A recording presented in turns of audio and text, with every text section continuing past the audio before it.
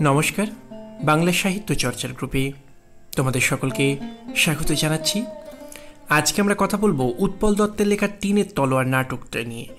টিনের তলোয়ার নাটক এত কিছু বলার জায়গা তৈরি করে যে এই নাটক নিয়ে একটি পর্ব কখনোই কাঙ্ক্ষিত নয়।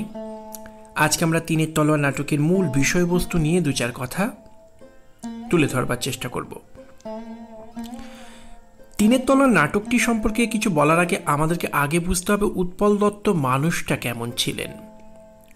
উৎপল দত্ত, যিনি নিজেকে প্রোপাগান্ডিস্ট বলতেন, মার্ক্সীয় চিন্তা এবং চেতনায় বিশ্বাসী উৎপল দত্ত থিয়েটারকে তার কমিউনিস্ট আদর্শ বা দর্শনকে প্রচার করবার মাধ্যম রূপে গ্রহণ করেছিলেন।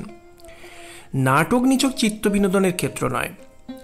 পাশ্চাত্যের জার্মান নাট্যকার, নাট্য ব্যক্তিত্ব বের্টোল্ট ব্রেক যেমন থিয়েটারের মাধ্যমে সমাজকে বদলাতে চেয়েছিলেন, সেই ব্রেকটীয় দর্শনে বিশ্বাসী উৎপল দত্তও কিন্তু থিয়েটারের মধ্য দিয়ে মানুষের মধ্যে শাসকের অন্যায়, অত্যাচার, উপেক্ষা, বঞ্চনাকে দেখিয়ে দিতে চেয়েছিলেন, মানুষকে প্রতিবাদী হতে উদ্বুদ্ধ করেছিলেন। তাই তো নিজেকে তিনি প্রোপাগান্ডিস্ট বলতেন, নিজেকে তিনি প্রচারক মনে করতেন। সেই জন্য তার নাটককে সরকার নিষিদ্ধ ঘোষণা করেছে, কারারুদ্ধও তাকে হতে হয়েছে। চারণ কবি শব্দটাকে আমরা জানি যে চারণ কবির মধ্য দিয়ে আসলে সেই কবিকে বোঝানো হয় যিনি বিপ্লবের গান বাঁধেন, পালা বাঁধেন, মানুষকে বিপ্লবে উদ্বুদ্ধ করেন। সেই চারণ কবির একজন চারণ কবি হিসেবে আমরা স্বদেশী আন্দোলনের যুগে আমরা মুকুন্দ দাসের কথা জানি। আমাদের উৎপল দত্তের মধ্যেও সেই চারণ কবির বৈশিষ্ট্য আছে। নাটককে তিনি বিপ্লবের হাতিয়ার করতে চেয়েছিলেন। তার সেই দর্শন, তার সেই চেতনা আমাদের আলোচ্য টিনের তলোয়ার নাটকের মধ্যেও কিন্তু আমরা লক্ষ্য করতে পারি। এই নাটকটি একটি সময়ের ইতিহাসকে তুলে ধরে। বাংলা রঙ্গমঞ্চের একেবারে সেই প্রথম পর্ব, যখন শখের থিয়েটারকে ছেড়ে বা ফেলে বাংলা রঙ্গমঞ্চ প্রথম সাধারণ রঙ্গমঞ্চের দিকে পা বাড়িয়েছে। 1872 সালে ন্যাশনাল থিয়েটার প্রতিষ্ঠিত হয়েছে। 1872 সালে 7ই ডিসেম্বর নীলদর্পণ নাটকের অভিনয় দিয়ে বাংলা রঙ্গমঞ্চের ইতিহাসে একটা পালা বদল তৈরি হলো। নাটক শাসক শক্তির অন্যায়, বঞ্চনা, নীলকর সাহেবদের নিদারুণ অত্যাচারে বাংলার মানুষদের নিদারুণ দুরবস্থার স্বরূপটিকে তুলে ধরবার চেষ্টা করলো, যার ফলে সরকার ভীত হলো। নাটক যে মানুষকে শাসকের বিরুদ্ধে উদ্বোধিত করতে পারে, জনচেতনা বা গণচেতনা সঞ্চারে যে নাটকের একটা বিরাট ভূমিকা আছে, এটা সরকারকে বুঝতে হলো। নাটক নীলদর্পণের অভিনয় সরকারকে বুঝতে বাধ্য করলো। এরপর আমরা দেখতে পেলাম যে ন্যাশনাল থিয়েটার হয়তো ভেঙে গেল, কিন্তু তৈরি হলো একের পর এক থিয়েটার, যাদের মধ্যে বিশেষভাবে নাম করতে হয় গ্রেট ন্যাশনাল থিয়েটারের কথা। এই গ্রেট ন্যাশনাল থিয়েটারে উপেন্দ্রনাথ দাশের লেখা একের পর এক নাটকের অভিনয় সরকারকে শেষ পর্যন্ত ভীত সন্ত্রস্ত করে বাধ্য করল নাটকের কণ্ঠরোধ করবার জন্য ড্রামাটিক পারফরমেন্স অ্যাক্ট অর্থাৎ নাট্য নিয়ন্ত্রণ বিল চালু করতে, যার মধ্য দিয়ে তারা এই কথাই বলতে চাইল যে নাটক যা সরকার বিরোধী, তার সামান্য আভাস থাকলে সেই নাটক অভিনয় করা যাবে না। সেক্ষেত্রে উপস্থিত দর্শক থেকে শুরু করে নাট্যমঞ্চের সকল সদস্য, অভিনেতা, নির্দেশক, ম্যানেজার সকলকে গ্রেপ্তার করা হতে পারে প্রয়োজনে। সরকার বিরোধী কোনো নাটক অভিনয় করা যাবে না। এই যে ড্রামাটিক পারফরমেন্স কন্ট্রোল বিল বা নাট্য নিয়ন্ত্রণ বিল চালু হলো, এই বিল জারি করার মধ্য দিয়ে সরকার এটা আমাদেরকে বুঝতে সাহায্য করলো যে নাটকের মানুষের মধ্যে গণচেতনা সঞ্চারের একটা বিরাট ভূমিকা আছে।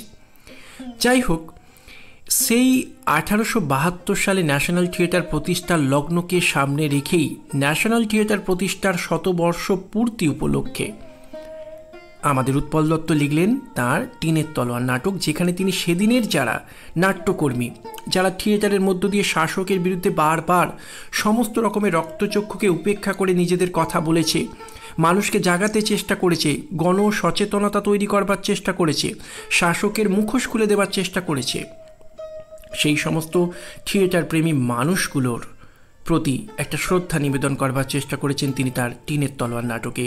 এই নাটকের যে চরিত্রগুলো সেগুলো শুধু কাল্পনিক চরিত্র নয়।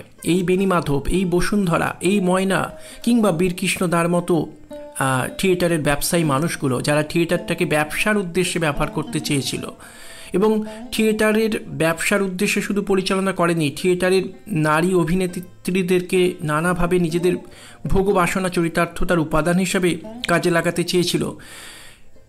এই সমস্ত চরিত্রগুলো প্রত্যেকটাই সেই যুগের, অর্থাৎ সেই ন্যাশনাল থিয়েটার প্রতিষ্ঠা ও পরবর্তী সাধারণ রঙ্গমঞ্চের যে সময়কালটা, সেই সময়ের রঙ্গমঞ্চের ইতিহাসটাকেই বিশ্বস্তভাবে তুলে ধরেছে। এই নাটকের মধ্যে আমরা কি দেখব না, এই নাটকের মধ্যে আমরা দেখব বেণী মাধব বলে একটি ক্যারেক্টারকে রাখা হয়েছে, যিনি নিজেকে মনে করেন যে তিনি বিশ্বকর্মার মতোই। বিশ্বকর্মা যেমন মহৎ সৃষ্টির জন্য তার একটা সুনাম রয়েছে, তেমনি অভিনেতা অভিনেত্রীকে তৈরি করবার ক্ষেত্রে বীরকৃষ্ণ দার মতো যে মানুষগুলো, মানে যারা থিয়েটারটাকে ব্যবসায়িক উদ্দেশ্যে পরিচালনা করেন, তাদের ছত্রছায়াতে থেকেও নিজেদের শিল্পী সত্তাকে কাজে লাগিয়ে নতুন যারা, তাদেরকে থিয়েটারের অঙ্গনে নিয়ে এসে, প্রাঙ্গণে নিয়ে এসে তাদেরকে শিক্ষায় শিক্ষিত করে, অভিনয়ের শিক্ষায় শিক্ষিত করে তাদেরকে যথার্থ অভিনেতা অভিনেত্রী করে তোলা, তাদেরকে গড়ে তোলা, তার যে ভূমিকাটা আমাদের এই বেণী মাধব চরিত্রে রয়েছে, তিনি যেভাবে নিজেকে ঘোষণা করেন, তাতে এই বেণী মাধব চরিত্রের মধ্যে কিন্তু সে যুগের আমাদের মনে করা যেতে পারে গিরিশচন্দ্র ঘোষের মতো অভিনেতা, নাট্য শিক্ষকদের একটা আদর্শ প্রতিফলিত হয়েছে। আবার বসুন্ধরা চরিত্রের মধ্যে কিংবা ময়না চরিত্রের মধ্যে আমরা দেখতে পাবো যে সেদিনের যে সমস্ত তিনকড়ির মতো অভিনেত্রীরা, কিংবা বিশেষত আমরা বলতে পারি বিনোদিনীর কথা, তাদের চরিত্র, তাদের বৈশিষ্ট্য, তাদের জীবন একটা প্রতিফলিত হয়েছে বলে আমরা মনে করতে পারি, যারা থিয়েটারের জন্য জীবনের সব কিছুকে উৎসর্গ করেছে। থিয়েটারকে ভালোবেসেই তারা জীবনটাকে প্রবাহিত করতে চেয়েছে। থিয়েটারই যাদের জীবনের ধ্যান, জ্ঞান, আদর্শ, এমনকি এটাও বলা যায় যে নিজেদের প্রতি তার জীবন, পূর্ব জীবনের যে গ্লানি, তা থেকে বেরিয়ে এসে বাঁচার মতো বাঁচবার একটা প্ল্যাটফর্ম হিসেবে তারা থিয়েটারটাকে আঁকড়ে ধরে বাঁচতে চেয়েছিল। সেই সমস্ত নারীদের জীবন কথা লুকিয়ে আছে এই ময়নার মধ্যে, এই বসুন্ধরার মধ্যে।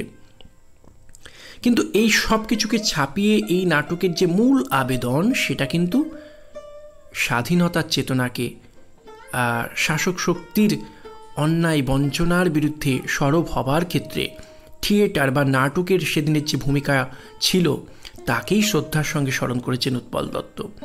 আমরা জানি যে প্রাথমিকভাবে ন্যাশনাল থিয়েটার প্রতিষ্ঠার পর এই থিয়েটারে নীলদর্পণ নাটকের অভিনয় থেকেই কিন্তু সরকার বুঝে গিয়েছিল যে থিয়েটার পারলে অনেক কিছুই পারে। সে প্রয়োজনে নাটক অভিনয়ের মধ্য দিয়ে মানুষকে সরকারের বিরুদ্ধে বিদ্রোহী করতে পারে। জনসচেতনতা তৈরিতে থিয়েটারের কোনো বিকল্প হয় না, এবং সেই ভূমিকা সেদিনের সরকারকে যে সন্ত্রস্ত করেছিল তার প্রমাণস্বরূপ আমরা আগেই বলেছি নাট্য নিয়ন্ত্রণ বিল জারি হওয়া। কিন্তু সবথেকে মজার এবং সবথেকে লক্ষণীয় বিষয় হলো যে সরকার নানাভাবে নাটকের উপর একটা প্রতিরোধ আনবার চেষ্টা করেছে, নাটক অভিনয় বন্ধ করে দেবার চেষ্টা করেছে, নানাভাবে জোর জুলুম চালিয়েছে, কারারুদ্ধ হতে হয়েছে থিয়েটারের কর্মীদেরকে। কিন্তু তারপরেও সেদিনের থিয়েটারগুলো যেভাবে একের পর এক ইংরেজ সরকারের বিরুদ্ধে নাটকের অভিনয় চালিয়ে গেছে, মানুষকে সচেতন করে তুলবার চেষ্টা করেছে, সেটাকে শ্রদ্ধার সঙ্গে স্মরণ না করে উপায় নেই। বিশেষত যে কথা বলছিলাম, নীলদর্পণ নাটকের অভিনয়ের পর থেকেই সরকার সন্ত্রস্ত, ভীত হতে শুরু করে। এরপর প্রাথমিকভাবে আমরা যে থিয়েটারের কথা বলবো সে হচ্ছে গ্রেট ন্যাশনাল থিয়েটার। সেই গ্রেট ন্যাশনাল থিয়েটারে উপেন্দ্রনাথ দাশের লেখা সরস সরোজিনী, সুরেন্দ্র বিনোদিনীর মতো নাটকের অভিনয়, কিংবা সেখানে গজরানন্দ, যুবরাজের মতো প্রহসনের অভিনয় সরকারকে বাধ্য করে তাদের বিরুদ্ধে এইভাবে নাটকের অভিনয় চালিয়ে যাওয়াটাকে তারা আর মেনে নিতে পারে না। শেষ পর্যন্ত তারা নাট্য নিয়ন্ত্রণ বিল জারি করে, নাটকের উপর একটা খড়গহস্ত হয়, নাটকের কণ্ঠরোধ করবার চেষ্টা করে। এই যে সরকারের সমস্ত রকমের দমনমূলক নীতিকে অগ্রাহ্য করে গ্রেট ন্যাশনাল থিয়েটারের মতো দলগুলো, সাধারণ মঞ্চগুলো যেভাবে নাটকের অভিনয়ের মধ্য দিয়ে সরকার বিরোধী একটা ভূমিকা পালন করে গেছে, নাটক যে শুধু বিনোদনের অঙ্গ নয়, নাটকের মধ্য দিয়ে যে মানুষের মধ্যে স্বাধীনতার আকাঙ্ক্ষাকে জাগানো যায়, এই ব্যাপারটাকে মাথায় রেখেই উৎপল দত্ত লিখছেন তার এই টিনের তলোয়ার নাটক, যেখানেও আমরা দেখতে পাবো যে সেদিন যেমন যারা থিয়েটারের মালিক ছিলেন, আমরা সেদিন প্রতাপচন্দ্র জহুরি, গুরুমুখ রায় প্রমুখের কথা জানি, যারা থিয়েটারটাকে শুধুমাত্র চালনা করতে চেয়েছিলেন ঐতিহাসিক নাটক কিংবা পৌরাণিক নাটকের অভিনয় দিয়ে, যে নাটকগুলো মানুষ বেশি করে পছন্দ করে। কিন্তু উপেন্দ্রনাথ দাশের মতো নাটককার কিংবা অমৃতলাল বসুর মতো নাট্য নির্দেশকেরা সেদিন চেয়েছিলেন থিয়েটারের মধ্য দিয়ে মানুষের মধ্যে জনসচেতনতা তৈরি করতে, সরকারের মুখোশ খুলে দিতে। তারা কিন্তু কখনো কখনো মালিককে উপেক্ষা করেই তারা তাদের থিয়েটারের মধ্য দিয়ে একটা স্বাধীনতার আকাঙ্ক্ষাকে মানুষের মধ্যে সঞ্চার করে দিতে চেষ্টা করেছিলেন।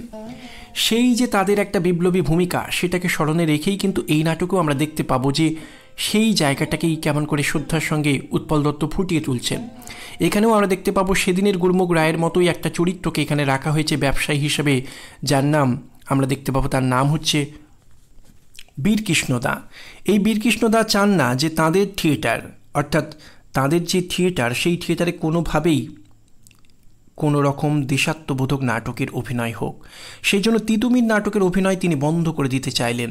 সধবার একাদশী নাটকের অভিনয় হচ্ছে, কিন্তু সেই নাটক অভিনয় চলাকালীন নিমচাঁদের চরিত্রে অভিনয় করছিলেন যে বেণীমাধব, সেই বেণীমাধব দর্শকের আসনে ল্যাম্বার্ট ও বীরকৃষ্ণ দাকে দেখে তিতুমিরের ভূমিকায় অভিনয় শুরু করে দেন, এবং সেটা লক্ষ্য করে এগিয়ে আসেন একই সঙ্গে বসুন্ধরা। এবং তারপর তাদের সেই সংলাপ লক্ষণীয়, যেখানে আমরা দেখতে পাই তিতুমির চরিত্রে পরিবর্তিত হয়ে যাওয়া বেণীমাধব উচ্চারণ করেন, সাহেব তোমরা আমাদের দেশে এলে কেন? তখন বসুন্ধরা বলে ওঠেন, কেন এসেছে জানো না তিতুমির? এরা হারমাট, জলদস্যু, এসেছে লুট করতে, নারী সতীত্ব নাশ করে সোনার ভারতেরে ছাড়খাড় করে চলে যাবে সপ্তডিঙা ভাষ্যে। এই যে ইংরেজ সরকারের যে নগ্ন স্বরূপ, তাদের যে লোভী সত্তাটাকে এখানে প্রকাশ করে দিচ্ছে আমাদের বেণীমাধব কিংবা বসুন্ধরা তিতুমিরের চরিত্রে অভিনয়ের মধ্য দিয়ে, তিতুমির নাটকের অভিনয়ের মধ্য দিয়ে। এখানেই তো আমরা দেখতে পাবো এই নাটকের মধ্যেও একটা কাল্পনিক গল্প ফেদে সেদিনের গ্রেট ন্যাশনাল থিয়েটারের মতো নাট্যশালাগুলো যেভাবে ইংরেজ সরকারের বিরুদ্ধে নাটককে কাজে লাগিয়েছিল, তাদের সেই বৈপ্লবিক যে ভূমিকা, তাকেই যেন শ্রদ্ধার সঙ্গে স্মরণ করতে একটা কাল্পনিক গল্প ফাঁদলেন আমাদের উৎপল দত্ত, যা সেদিনের রঙ্গমঞ্চের ইতিহাসটাকে, থিয়েটারের মধ্য দিয়ে বিপ্লবী সত্তাকে জাগিয়ে তোলবার যে ভূমিকাটাকে, তাকেই যেন শ্রদ্ধার সঙ্গে তিনি স্মরণ করেছেন এই নাটকে। এবং আরও একটি মজার বিষয় এখানে লক্ষ্য করতে হবে যে এই নাটকের মধ্যে একটি থিয়েটারের কথা বলা হচ্ছে, যে থিয়েটারের সঙ্গে যুক্ত রয়েছেন ময়না, বসুন্ধরা, বীরকৃষ্ণদা কিংবা আমাদের এই নাটকের প্রধান চরিত্র বেণীমাধব। এখানে যে থিয়েটারটির কথা বলা হচ্ছে তার নাম রাখা হয়েছে গ্রেট বেঙ্গল অপেরা। এরকম গ্রেট বেঙ্গল অপেরা বলে কোনো থিয়েটার আমাদের নাট্যশালার ইতিহাসে ছিল কিনা আমরা জানি না, কিন্তু আমরা বারবার বলছিলাম গ্রেট ন্যাশনাল থিয়েটারের কথা, যে ন্যাশনাল থিয়েটারটি সেদিন ইংরেজ বিরোধী নাটকের অভিনয়ের ক্ষেত্রে সবথেকে গুরুত্বপূর্ণ ভূমিকা পালন করে, যাদের গজদানন্দ ও যুবরাজের মতো প্রহসনের অভিনয় শেষ পর্যন্ত সরকারকে নাট্য নিয়ন্ত্রণ বিল জারি করতে বাধ্য করে। সেই গ্রেট ন্যাশনাল থিয়েটারেরই একটি কি বিকল্প নাম হয়ে গেল না গ্রেট বেঙ্গল থিয়েটার বা গ্রেট বেঙ্গল অপেরা? কারণ বেঙ্গল থিয়েটার বা বেঙ্গলি থিয়েটার বলে থিয়েটারের নাম আমরা নাট্যশালার ইতিহাসে পাই, কিন্তু গ্রেট বেঙ্গল অপেরা বলে কোনো থিয়েটারের কথা আমরা পাই না। তাহলে কি গ্রেট ন্যাশনাল থিয়েটারের যে ভূমিকা, বিপ্লবী চেতনাকে জাগিয়ে তুলবার ক্ষেত্রে, নাটককে বৈপ্লবিক ভূমিকায় উত্তীর্ণ করবার ক্ষেত্রে সেদিন গ্রেট ন্যাশনাল থিয়েটার যে ভূমিকা পালন করেছিল, তাকেই কি শ্রদ্ধার সঙ্গে স্মরণ করতে উৎপল দত্ত এই নাটকের মধ্যে যে থিয়েটারটিকে রাখলেন তার নাম দিলেন গ্রেট বেঙ্গল অপেরা? এটাও কিন্তু একটু ভাববার বিষয়। নাটকটির নাম টিনের তলোয়ার। আমরা জানি যে নাটকে ইস্পাতের তলোয়ার ব্যবহৃত হয় না, বিপ্লবের জন্য ইস্পাতের তলোয়ার প্রয়োজন হয়, টিনের তলোয়ার দিয়ে যুদ্ধ করা যায় না, তা শুধুই রঙ্গমঞ্চে নিয়ে অভিনয় করা যায় মাত্র। কিন্তু নাটক যখন শাসকের অত্যাচারী মুখোশটাকে খুলে দিয়ে মানুষকে বিপ্লবে উদ্বুদ্ধ করে, তখন নাটকই হয়ে ওঠে বিপ্লবের অস্ত্র। নাটকের মধ্যে ব্যবহৃত টিনের তলোয়ার তখন বিপ্লবের খোলা তলোয়ারে পরিণত হতে পারে। ফলে টিনের তলোয়ার নামকরণটি কিন্তু গভীর প্রতীকী ব্যঞ্জনা বা তাৎপর্য বহন করেছে। মানুষকে বিপ্লবে উদ্বুদ্ধ করবার ক্ষেত্রে নাটক যে কতখানি অস্ত্র, বড় অস্ত্র হিসেবে ভূমিকা পালন করতে পারে, টিনের তলোয়ার নাটক সেটাই দেখিয়ে দিয়েছে। ফলে টিনের তলোয়ার যে বিপ্লবের খোলা তলোয়ারে পরিণত হতে পারে, নাটক যে বিপ্লবের খোলা তলোয়ারে পরিণত হতে পারে, সেই জায়গাটাকেই কিন্তু ব্যঞ্জিত করতে উৎপল দত্ত নাটকটির নাম রেখেছেন টিনের তলোয়ার। টিনের তলোয়ার নাটক নিয়ে আমাদের প্রাথমিক পর্বের আলোচনা এখানেই সমাপ্ত। ফিরে আসবো এই টিনের তলোয়ার নাটক নিয়ে পরবর্তী কোনো আলোচনা নিয়ে। বাংলা সাহিত্য চর্চার সঙ্গে থাকার জন্য সকলকে ধন্যবাদ জানাই।